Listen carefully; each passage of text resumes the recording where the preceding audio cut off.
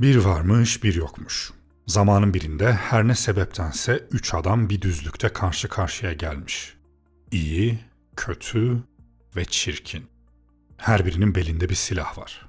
Görünüşe göre birazdan bu silahları birbirlerine karşı kullanacaklar. Bu noktada hangisinin iyi, hangisinin kötü, hangisinin çirkin olduğu da önemsiz. Burada önemli olan tek bir soru var. Kim kimi öldürecek? Denklemdeki dinamiklere hızlıca bir göz gezdirelim. Eğer 3 kişi birbirlerine aynı anda silah doğrultmuşsa ve her birinin diğer ikisini vurabilme potansiyeli varsa, bu durumda aynı anda gerçekleşen 3 vuruş için 3 faktöriyel olasılık vardır.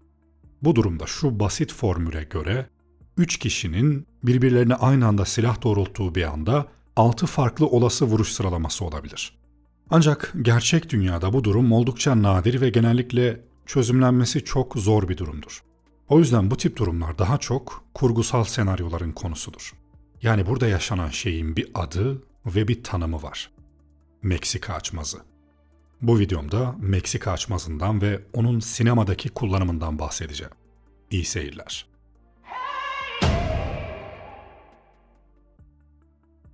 Hiç western izlememiş olanlar bile bu ikonik sahneye aşinadır.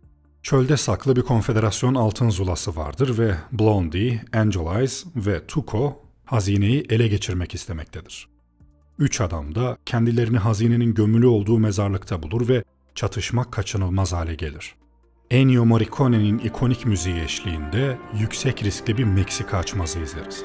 Hem Blondie hem de Angel Eyes durumu kontrol altına almaya çalışır ve ganimetin gömülü olduğu mezar taşındaki isim bir kayanın üzerine yazılarak mezarlığın ortasına yerleştirilir.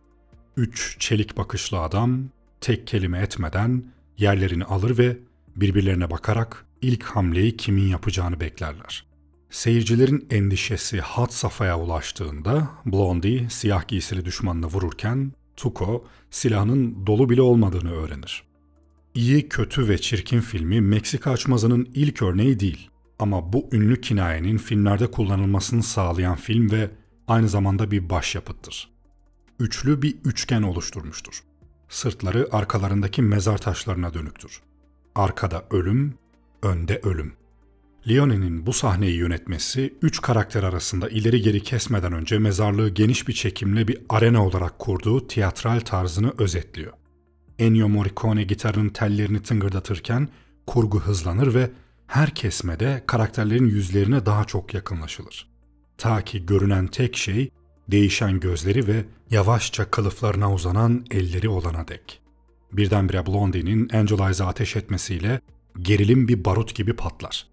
İşte bu gerilim sonucundaki patlama Meksika açmazı olarak adlandırılan kavram sayesinde gerçekleşti. Peki nedir bu Meksika açmazı? Meksika açmazı herhangi bir tarafın zafere ulaşmasını sağlayacak bir stratejinin mevcut olmadığı bir çatışmadır. Saldırganlığı başlatan herkes kendi sonunu tetikleyebilir. Aynı zamanda taraflar ateşkes müzakeresi yapmadan ya da bir kayba uğramadan kendilerini durumdan kurtaramazlar ve bu 3 potansiyel organik sonuçtan biri gerçekleşene ya da bir dış güç müdahale edene kadar stratejik gerilim artarak sürer. Meksika açmazı terimi ilk olarak ateşli silah kullanımı bağlamında kullanılmıştır ve halen yaygın olarak tarafların birbirlerinden bir tür tehditle karşı karşıya olduğu bir durumu ifade eder. Açmazlar elinde telefon tutan birinin polisi aramakla tehdit etmesinden, bir şantajcı tarafından kontrol altında tutulmasına ve küresel çatışmalara ve hatta ekonomiye kadar uzanır. Meksika açmazı küresel ekonomide ortaya çıkan bir durumu ifade etmek için de kullanılan bir terimdir. Bu durumda bir ülkenin cari açığı ve borçları o kadar büyük hale gelir ki bu borçları ödeyebilmek için ülke daha fazla borç almak zorunda kalır. Bu da kısır bir döngü yaratır çünkü alınan yeni borçlar var olan borçları ödemek için kullanılır ve bu durum uzun vadede daha fazla sorun yaratır. Silahlı bir çıkmaz olarak Meksika açmazı yinelenen bir sinematik mecazdır. Orijinali Mexican standoff olan bu kavramın etimolojik kökenine baktığımızda kaynaklar referansın Meksika-Amerika Savaşı veya 19. yüzyıldaki savaş sonrası Meksikalı haydutlar olduğunu iddia ediyor. İfadenin basılı olarak bilinen en eski kullanımı 19 Mart 1876'da Meksika hakkında kısa bir öyküde yer alan şu satırdır. "Git," dedi sertçe. "Buna Meksika çatışması diyeceğiz. Paranı kaybedersin ama hayatını kurtarırsın. Blazing Saddles filminde bir kasabanın yozlaşmış liderini canlandıran Mel Brooks, yeni şerife şöyle açıklar. Bu kasabada sokaklarda kirli at sırtında dolaşmaya karşı çok etkili bir yasamız var. Ancak nefsi müdafaa için onu vurursanız sorun olmaz. Bu sahne Meksika açmazı olarak bilinen durumun başka bir örneğidir. Kimsenin ilk harekete geçen olmak istemeyeceği kadar tehlikeli bir durum. Bu terim 1920'lerde Amerikan gazetesi köşe yazarı Walter Lippmann tarafından ortaya atılmıştı ve Meksika ile Amerika Birleşik Devletleri arasında uzun süredir devam eden birbirlerinin topraklarına girmeme anlaşmasını ifade ediyordu. Anlaşma 1. Dünya Savaşı'ndan sonra daha da önem kazandı çünkü Meksikalı devrimciler ABD'nin petrol kaynaklarını kesintiye uğratmakla tehdit ediyorlardı. Açmaz aynı zamanda diplomatik baskı için bir slogan haline geldi. Ülkeler başka bir ülke bir şey yapmayı kabul etmedikçe veya başka bir şekilde geri adım atmadıkça savaş tehdidinde bulunuyorlardı. Güç kullanmak gerekli değildi çünkü savaş çıkması halinde her iki tarafta eşit riskle karşı karşıyaydı. 1. Dünya Savaşı'nda General von Clausewitz'e atfedilen ve sık sık alıntılanan şöyle bir söz var. Tüm diplomasi, savaşın başka araçlarla devamıdır. Popüler kültürde Meksika açmazı terimi, iki tarafında ölçülebilir bir avantaja sahip olmadığı çatışmalara atıfta bulunur. Tarihsel olarak yorumcular bu terimi, Soğuk Savaş sırasında Sovyetler Birliği Amerika Birleşik Devletleri nükleer çatışmasına, özellikle de 1962 Küba füze krizine atıfta bulunmak için kullanmışlardır. Bu tür durumları Meksika açmazı haline getiren kilit unsur, ilgili taraflar arasında algılanan güç eşitliğidir. Herhangi bir tarafın pozisyonunu güvenli bir şekilde ilerletememesi tüm açmazlarda ortak bir durumdur. Ancak Meksika açmazında ek bir dezavantaj daha vardır. Hiçbir tarafın pozisyonundan çekilmek için güvenli bir yolu yoktur. Dolayısıyla açmaz fiilen kalıcı hale gelir.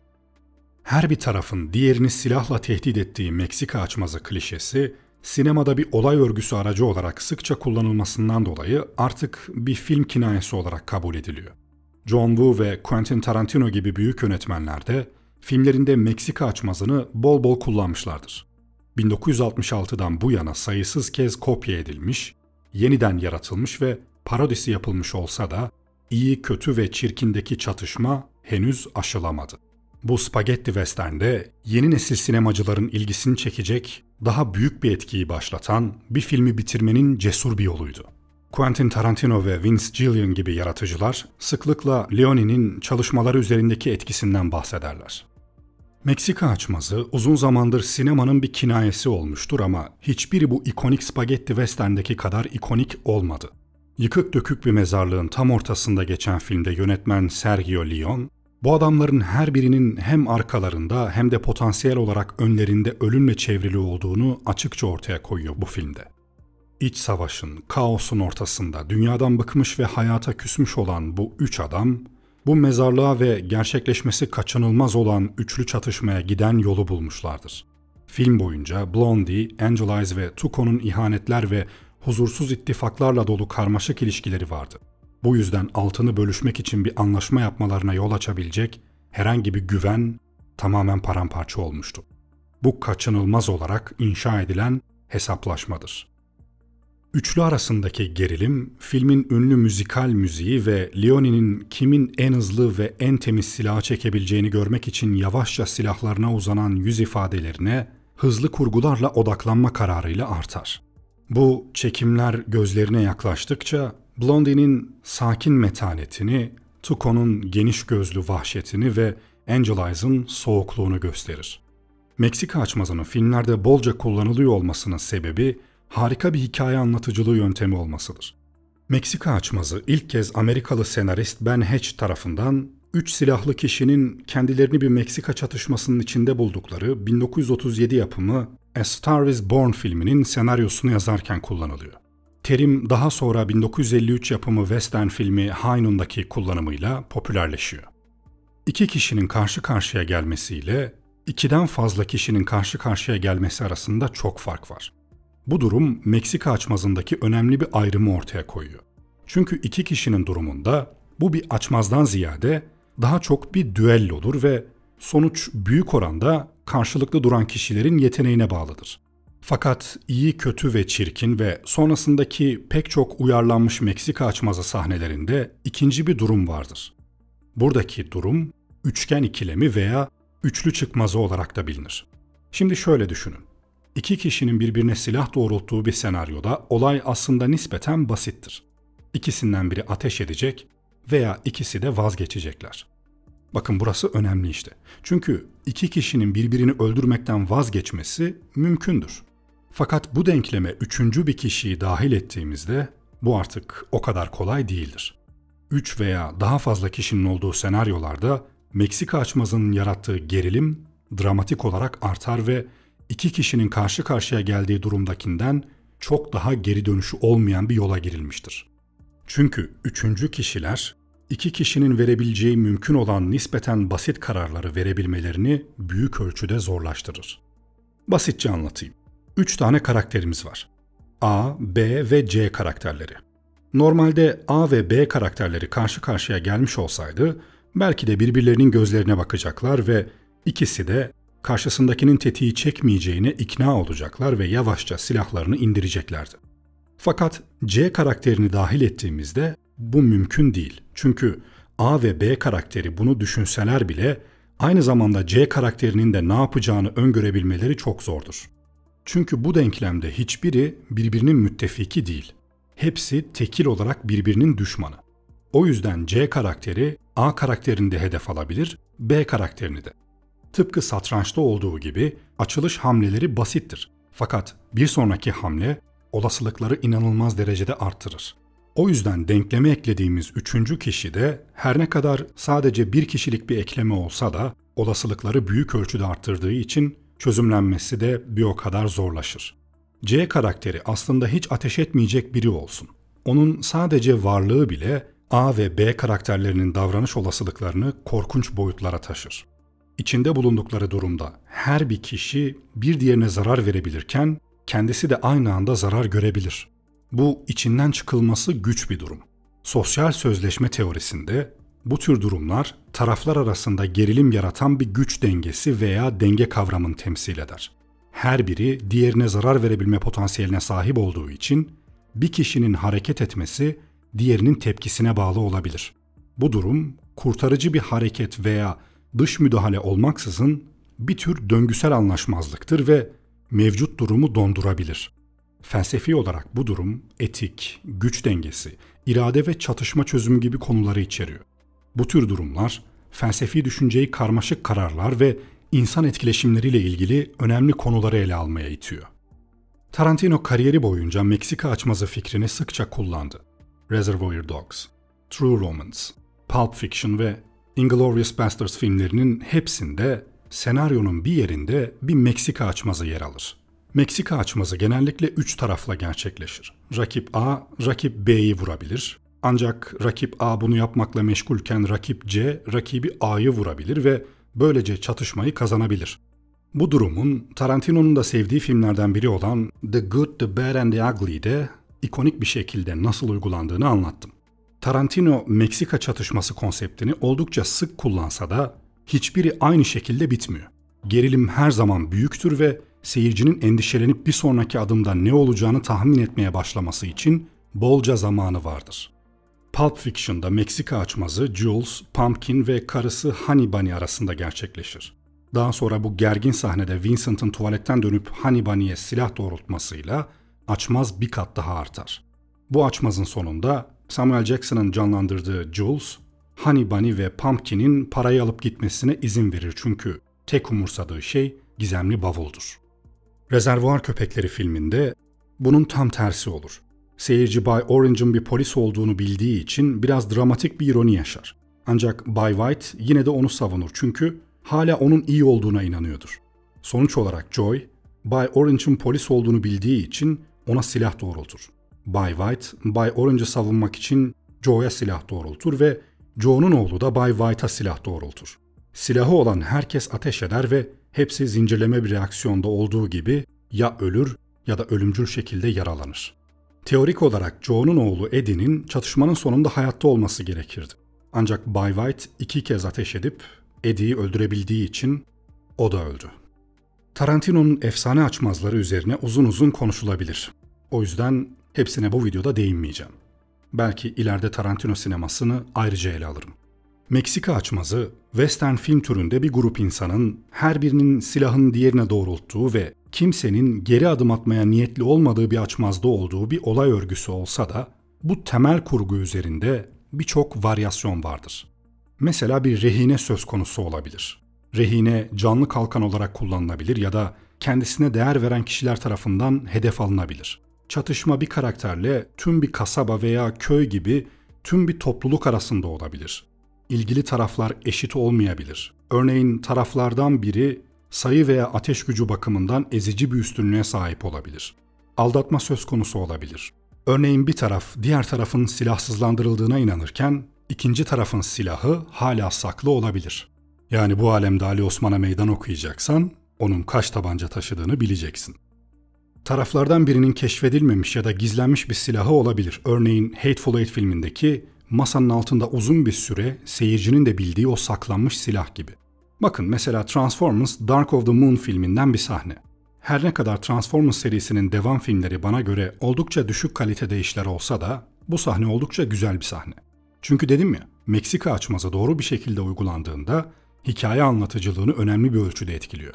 Bu sahnede Ironhide iki Decepticon'la çarpışıyor ve o ikonik dönüşüm sahnesinden sonra bir Meksika açmazına giriyorlar.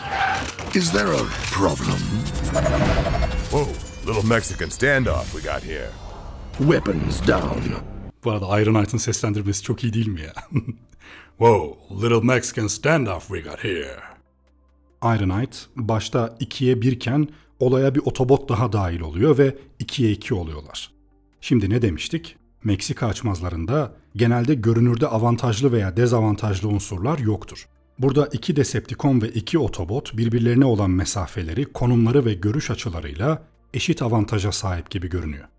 O yüzden Ironhide silahları bırakmayı teklif ediyor ve hepsi aynı anda silahlarını bırakıyorlar. Fakat az önce bahsettiğim o saklı olan ikinci bir silah durumu devreye giriyor ve Decepticonlardan biri sırtından gizli bir silah çıkarıp Ironhide'a saldırıyor. Otobotlar da bu saldırıya başarılı bir şekilde reaksiyon göstererek Decepticonları alt ediyor. Burada insan gibi tek kurşunla ölmeyecek karakterlerden söz ettiğimiz için Meksika açmazı dinamikleri uçlara doğru esnetilmiş ve ortaya güzel bir sahne çıkmış. Bir başka filmden Matrix Revolutions'tan örnek vereyim. Bu sahne muhteşem bir sahne biliyorsunuz. Morpheus, Seraph ve Trinity'nin Merovingian'ın mekanına silahlarla girdiği sahne. Burada Merovingian eğer silahlarını bırakırlarsa üçünün de sağ salim çıkabileceğine söz veriyor ve onlar da silahlarını bırakıp Merovingian'ın karşısına geliyorlar. Neo o sırada Merovingian'ın elinde tutsak olduğu için önce anlaşma yapmaya çalışıyorlar. Fakat Merovingian da haklı olarak anlaşma olabilmesi için sizin de bana bir şey vermeniz gerek diyor. Ne istediğini sorduklarında da Merovingian kahinin gözleri diyor. Yani olmayacak bir şey istiyor. Şimdi açmazlarda çeşitli varyasyonlar var demiştim ya. Buradaki durum biraz daha karmaşık. Çünkü bizimkilerin elinde silah yok. Ama etrafını kuşatmış olan Merovingian adamlarında yığınla silah var. Trinity, Merovingian'ın aslında anlaşma yapmak falan istemediğini, sadece dalga geçtiğini anlayınca bu saçmalıkla uğraşacak vaktim yok diyerek müzikle birlikte zaten tırmanmış olan gerilimi patlatıyor. Meksika açmazlarında müziğin kullanımı çok önemli bu arada. Şimdi bu sahneleri oynatamıyorum. Warner Bros. İşi gücü bırakıp telif atıyor sonra. Ama siz bu sahneyi tekrar izlediğinizde ne demek istediğimi anlayacaksınız. Trinity'nin ilk saldırıyı başlatmasıyla birlikte Seraph ve Morpheus da aynı anda etrafındakilere saldırıyor. Ne demiştik? Klişe olan Meksika açmazı sahnelerinde genelde olaylar geniş bir alanda az kişiyle gerçekleşir ama burada oldukça dar bir alanda çok fazla kişiyle gerçekleşiyor. Bu gibi sahneleri çekmek cidden çok zor. Ciddi emek istiyor. Bunlar tek tek storyboardlar çizilerek uzun koreografi çalışmaları sonucunda mümkün olabiliyor. Sahnenin bir yerinde Seraph bir tabancayı tekmeyle havaya savurunca Trinity o tabancaya kilitleniyor, onu yakalıyor ve doğruca Merovingian'ın kafasına dayıyor. Neredeyse eş zamanlı olarak herkes tekrardan birbirlerine silah doğrultuyor. İlk geldikleri duruma geri döndüler ama önemli bir farkla. Artık bizimkilerin de elinde silah var. Fakat ne demiştik? Açmazlarda genellikle hiç kimsenin bariz bir avantajı veya dezavantajı olmaz. Fakat bu sahnede bizimkilerin büyük bir dezavantajı var. Çünkü karşı taraf sayı olarak çok üstün. İkincisi de açmazlarda içinde bulundukları durumdan zarar görmeden kurtulmak söz konusu değildir. Zaten Trinity'de Merovingian'a Neo'yu vermezsen hepimiz ölürüz. Hemen şimdi, tam burada diyor. Şimdi Meksika açmazı klişesini aşmak için de farklı yöntemler kullanılıyor. Bu sahne özelinde bu yöntem Trinity'nin doğrudan Merovingian'ı yani oradaki en önemli kişiyi hedef almış olması. O yüzden sayı dezavantajları böylece dengelenmiş oluyor. Yani nitelik nicelikten üstündür kuralı. Herkes tepeye tırmanmış tansiyon durumunda neler olup biteceğini beklerken Merovingian nihayetinde anlaşma yapmak zorunda kalıyor ve Neo'yu onlara veriyor. Anlaşma yapmak neydi hatırlayalım? Meksika açmazının 3 organik sonucundan biri. İşte başarılı yönetmenler de bu varyasyonları geliştirip dönüştürerek eserlerine başarılı bir şekilde uygularlar. Tansiyonu doğru zamanda yükseltmek ve alçaltmak bir filmi iyi veya kötü yapan en önemli detaylardan biridir. O yüzden Meksika açmazları sinema için oldukça önemlidir ve verdiğim örneklerdeki gibi iyi bir şekilde uygulandığında tadından yenmez. Ben Shock Voice. Bir sonraki videomda görüşmek üzere. Kendinize iyi bakın, hoşça kalın.